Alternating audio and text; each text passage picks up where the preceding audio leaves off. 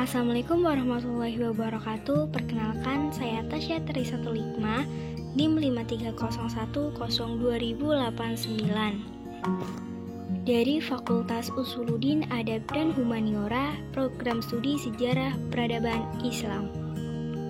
Di sini saya akan menjelaskan tentang periode Khulafaur Ar-Rasyidin. Apa sih pengertian Khalifah atau Khulafaur Ar-Rasyidin? Al-Khulafaur Ar-Rasyidin bermakna pengganti-pengganti Rasul yang cendekiawan. Adapun pencetus nama Al-Khulafaur Ar-Rasyidin adalah orang-orang muslim yang paling dekat dari Rasul setelah meninggalnya beliau. Adapun yang dimaksud dengan Khulafaur Ar-Rasyidin adalah para pemimpin pengganti Rasulullah dalam mengatur kehidupan umat manusia yang adil, bijaksana, cerdik, selalu melaksanakan tugas dengan benar dan selalu mendapat petunjuk dari Allah Subhanahu wa taala. Khilafah dalam bahasa Indonesia disebut kepemimpinan. Khilafah Islamiyah berarti sistem kepemimpinan Islam.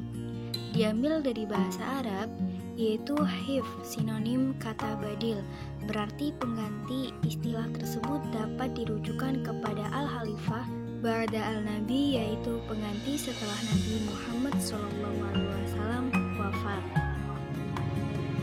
Secara terminologi, Khalifah adalah jabatan keagamaan yang dipegang oleh imam agama, penguasa tertinggi atau kepala negara dalam mengurus beberapa urusan dan menjalankan syariat Allah atau mewujudkan kemaslahatan umat.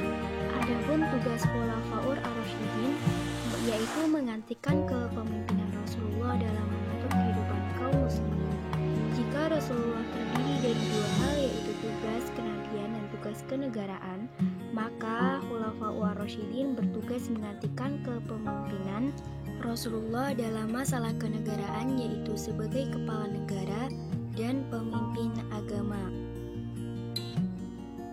Ada 4 Khulafaur Ar-Rasyidin atau Khalifah. Yang pertama ada Abu Bakar Asy-Syiddiq, Umar bin Khattab, Utsman bin Affan, dan yang terakhir ada Ali bin Abi Thalib. Yang pertama ada Abu Bakar Asy-Syiddiq. Abu Bakar Asy-Syiddiq menjabat pada tahun 11 sampai 13 Hijriah atau sama dengan 632 sampai 634 Masehi. Nama sebelumnya adalah Abdullah bin Abi Quhaifah At-Tamimi. Di zaman pra-Islam bernama Abdullah bin Ka'bah, kemudian diganti menjadi Abdullah. Ia termasuk salah seorang sahabat yang utama. Julukannya Abu Bakar karena dari pagi-pagi betul ia memeluk agama Islam. Dan gelarnya Asy-Syiddiq karena ia selalu membenarkan Nabi dalam berbagai peristiwa, terutama peristiwa Isra Mi'raj. Masa awal pemerintahan Abu Bakar banyak diguncang oleh pemberontakan orang-orang murtad yang mengaku menjadi nabi dan enggan membayar zakat.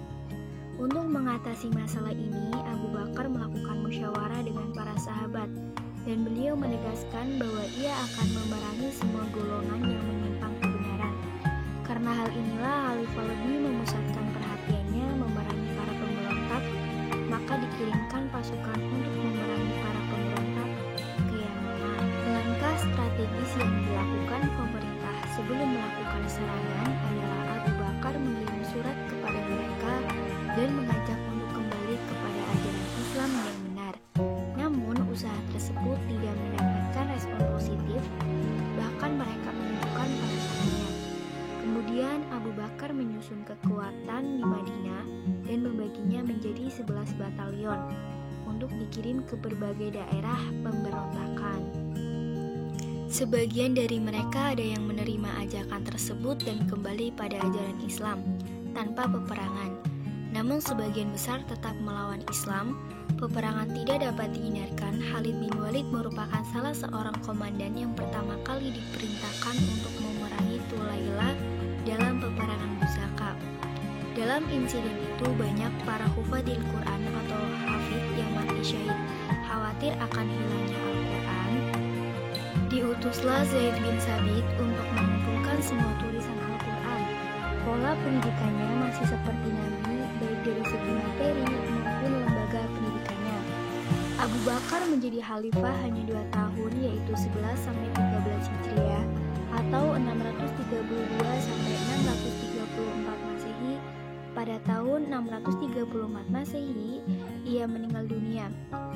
menyelesaikan masalah-masalah yang terjadi pada umat Islam, Abu Bakar juga mengembangkan wilayah keluar Arab. Dalam kepemimpinannya, Abu Bakar melaksanakan kekuasaannya sebagaimana masa Rasulullah, bersifat sentral. Kekuasaan legislatif, eksekutif, dan yudikatif terpusat di tangan khalifah dan tetap melaksanakan hukum. Beliau juga selalu mengajak sahabat-sahabat besarnya untuk bermusyawarah. Yang kedua ada Khalifah Umar bin Khattab. Umar bin Khattab menjabat sebagai khalifah pada tahun 13 sampai 23 Hijriah atau 634 sampai 644 Masehi. Umar bin Khattab bin Nufail, keturunan Abdul Uzza al-Quraisy dari suku Adi. Ia dilahirkan di Makkah. Beliau seseorang yang berbudi luhur, fasih, adil, dan pemberani setelah Abu Bakar wafat. Umar bin Khattab dinobatkan menjadi khalifah kedua yang memangku jabatan panglima tertinggi pasukan Islam dengan gelar khusus Amirul Al-Mu'minin, yang artinya panglima orang-orang yang beriman. Ada dua kebijakan pada masa Khalifah Umar bin Khattab. Pertama, kebijakan internal, yaitu sistem membentuk departemen yang menangani masalah-masalah sosial, politik, dan sebagainya. Kedua, kebijakan eksternal, yaitu dengan usaha memperluas wilayah penyebaran Islam keluar Jazirah Arabia. Untuk mempermudah sistem ketatanegaraan dan pelayanan, maka dibentuklah departemen-departemen tersebut. Pada masa Khalifah Umar bin Khattab, kondisi politik dalam keadaan stabil. Beliau berhasil memperluas wilayah Islam. Wilayah tersebut meliputi semenanjung Arabia, Palestina, Syria, Irak, Persia, dan Mesir. Pada kepemimpinan Khalifah Umar, juga masa yang cukup makmur, aman, dan damai.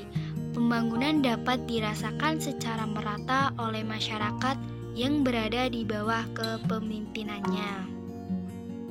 Tugas utama lembaga ini adalah menyampaikan perintah khalifah ke beberapa daerah atau wilayah yang jauh dari Madinah.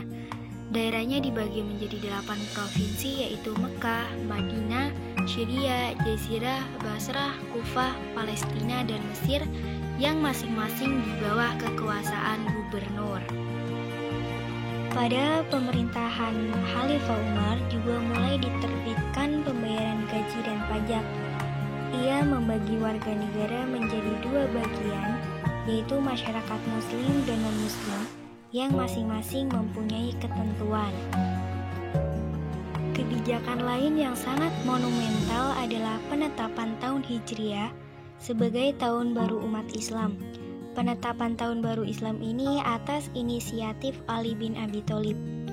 Pada hari Rabu bulan Zulhijjah tahun 23 Hijriah, Umar bin Khattab wafat. Beliau ditikam ketika sedang melaksanakan sholat subuh oleh seorang majusi yang bernama Abu Lu'lu'ah, budak milik Al-Mughirah bin Syu'bah.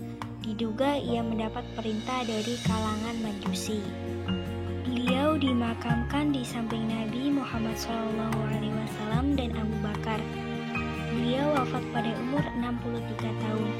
Umar dikenal seseorang yang pandai dalam menciptakan peraturan dan sederhana, tidak hanya memperbaiki tapi mengulang kebijakan yang telah ada. Ia menerapkan prinsip demokratis dalam kekuasaannya, yaitu dengan menjamin hak yang sama bagi setiap warga negara. Bahkan ia membiarkan tanah dari negeri jajahan untuk dikelola dan melarang kaum muslimin memilikinya, sedangkan para prajurit menerima tunjangan dari Baitul Mal, yaitu dihasilkan dari pajak. Yang ketiga ada Khalifah Utsman bin Affan. Utsman bin Affan menjabat khalifah pada tahun 24 sampai 36 Hijriah atau 664 sampai 656 Masehi.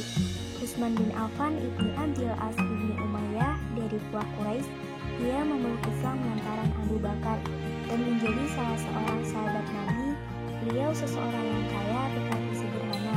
Ia mendapatkan julukan Dzulqarnain karena mengawini dua putri Nabi Muhammad secara berurutan setelah yang satunya meninggal. Utsman bin Affan dipilih dan diangkat oleh dewan yang terdiri dari 6 orang sahabat. Dewan ini dibentuk oleh Khalifah Umar bin Khattab ketika Khalifah Umar bin Khattab sedang sakit. Prosedur ditempuh guna memaksimalkan potensi yang ada di masing-masing sahabat, selain masih tetap mempertahankan prinsip syura yang diajarkan Nabi Muhammad SAW. Dewan 6 ini terdiri dari Utsman bin Affan, Ali bin Abi Thalib, Talha bin Ubaidillah, Zubair bin Awam, Abdurrahman bin Auf, dan Sa'ad bin Abi Waqqas. 6 dewan ini bertugas memilih salah seorang di antara mereka yang akan menggantikannya sebagai khalifah. Abdurrahman bin Auf dipercayakan menjadi ketua panitia pemilihan tersebut. Pada pelaksanaan pemilihan timbul beberapa permasalahan, yaitu perbedaan pendapat antara mayoritas kaum muslimin dan juga sahabat, serta antara Utsman dan Ali yang sama-sama berkeinginan menjadi khalifah.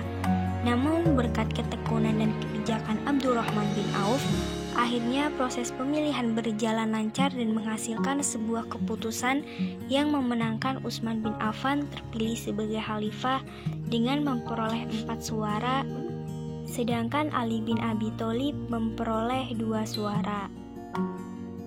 Pada masa pemerintahan Khalifah Umar, tanah rampasan perang menjadi milik negara, tetapi pada masa Khalifah Utsman tanah tersebut dibagikan. Bahkan ia mengangkat juru hitung untuk mengurusi semua itu, tetapi karena situasinya tidak memungkinkan, karena tengah terjadi krisis kepercayaan dan konflik, maka situasinya berbeda. Masyarakat pun menolak dan memprotes kebijakan tersebut. Meskipun begitu, banyak jasa dan usaha yang dilakukan Khalifah Utsman bernilai positif. Misalnya, ia membangun angkatan laut sehingga pasukan Islam menyeberangi lautan dan menyebarkan agama Islam keluar Jazirah Arabia. Selain itu juga memperbaiki Masjid Nabawi, membangun jalan, jembatan, dan membangun bendungan di kota Madinah. Karya besar Utsman lainnya yang dipersembahkan kepada umat Islam ialah susunan kitab suci Al-Quran. Penyusunan dimaksudkan untuk mengakhiri perbedaan-perbedaan seriusan baca Al-Quran. Ketua Dewan Penyusunan Al-Quran ialah Zaid bin Sabit yang mengumpulkan tulisan-tulisan Al-Quran, antara lain ialah Hafsah, salah seorang istri Nabi Muhammad SAW. Kemudian Dewan itu membuat beberapa salinan naskah Al-Quran untuk dikirimkan ke wilayah-wilayah gubernur sebagai pedoman yang benar untuk masa selanjutnya. Utsman bin Affan wafat sebagai syahid pada hari Jumat, tanggal 17 Zulhijjah tahun 30 Hijriah atau 655 Masehi, ketika para pemberontak berhasil memasuki rumahnya dan membunuh Utsman saat membaca Al-Quran. Yang terakhir ada Khalifah Ali bin Abi Thalib. Ali adalah putra Abi Thalib bin Abdul Muthalib. Ia adalah sepupu Rasulullah. Ia telah masuk Islam dalam waktu yang pertama. Ia menemani Nabi dalam perjuangan menegakkan Islam, baik di Mekah maupun di Madinah. Dan ia diambil menantu oleh Nabi dengan menikahkannya dengan Fatimah, salah seorang putri Rasulullah. Dari sisi inilah keturunan Nabi berkelanjutan. Beberapa hari setelah pembunuhan Utsman, stabilitas keamanan kota Madinah menjadi rawan. Fikih Ibni Harb pemegang keamanan ibu kota Islam sementara selama kira-kira 5 hari sampai terpilihnya khalifah yang baru. Kemudian Ali bin Abi Thalib tampil menggantikan Khalifah Utsman, menerima sumpah setia atau yang dinamakan baiat dari sejumlah kaum muslimin. Yang pertama diselesaikan oleh Khalifah Ali bin Abi Thalib ialah menghidupkan cita-cita Abu Bakar dan Umar, menarik kembali semua tanah dan hibah yang telah dibagikan oleh Utsman kepada kaum kerabatnya ke dalam kepemilikan negara. Ali juga segera menurunkan semua gubernur yang tidak disukai atau tidak disenangi oleh rakyat. Utsman ibni Hanif diangkat menjadi penguasa Basra, menggantikan Ibnu Amir. Qais dikirim ke Mesir untuk menggantikan gubernur negeri itu yang dijabat oleh Abdullah. Dan gubernur Suriah Muawiyah juga diminta meletakkan jabatan, Tetapi Muawiyah menolak perintah Ali bin Abi Thalib. Bahkan ia tidak mengakui kekhalifahannya. Obsesi terhadap khalifah secara terang-terangan oleh Aisyah, Tolha, dan Zubair, meskipun masing-masing mempunyai alasan pribadi sehubungan dengan penentangan terhadap Khalifah Ali, mereka sepakat untuk menuntut Khalifah Ali segera menghukum para pembunuh Utsman. Khalifah Ali sebenarnya ingin menghindari pertikaian dan menjauhkan kompromi kepada Tolha dan kawan-kawan, tetapi tampaknya penyelesaian damai sulit tercapai. Maka kontak senjata tak dapat dielakkan lagi. Tolha dan Zubair terbunuh ketika hendak melarikan diri, sedangkan Aisyah dikembalikan ke Madinah. Peperangan ini dikenal dengan nama Perang Unta atau Perang Jamal yang terjadi pada tahun 36 Hijriah karena Aisyah menaiki unta dalam pertempuran tersebut. Dalam pertempuran tersebut 20.000 kaum muslimin gugur. Pertempuran sesama muslim terjadi lagi, yaitu antara angkatan perang Ali dan pasukan Muawiyah di kota Tua Siffin dekat sungai Eufrat pada tahun 37 Hijriah. Khalifah Ali mengerahkan 50.000 pasukan untuk menghadapi Muawiyah.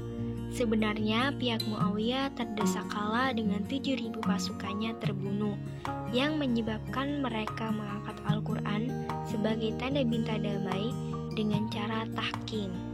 Khalifah diwakili oleh Abu Musa al-Astari, sedangkan Muawiyah diwakili oleh Amr ibni As yang terkenal cerdik. Dalam tahkim tersebut, Khalifah dan Muawiyah harus meletakkan jabatan. Pemilihan baru harus dilaksanakan. Abu Musa pertama kali menurunkan Ali sebagai Khalifah, tetapi Amr bertindak sebaliknya, tidak menurunkan Muawiyah, tetapi justru mengangkatnya sebagai Khalifah.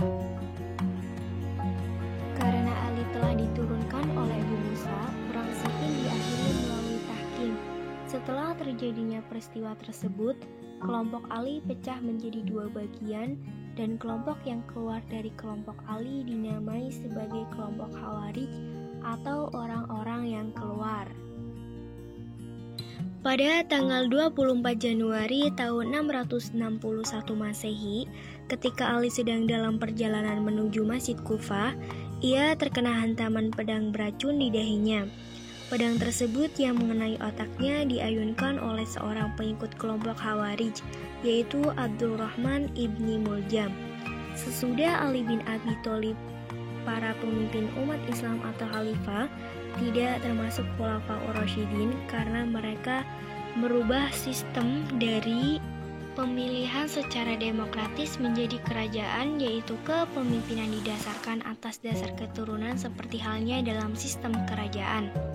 Dengan wafatnya Khalifah Ali, maka masa pemerintahan Khulafaur Rasyidin telah selesai karena sesudah itu pemerintahan Islam dipegang oleh Khalifah Muawiyah bin Abu Sufyan secara turun-temurun, sehingga disebut atau dinamakan Daulat atau Bani Umayyah. Dan seperti itulah sedikit penjelasan dari saya tentang Khulafaur Ar-Rasyidin. Semoga bermanfaat.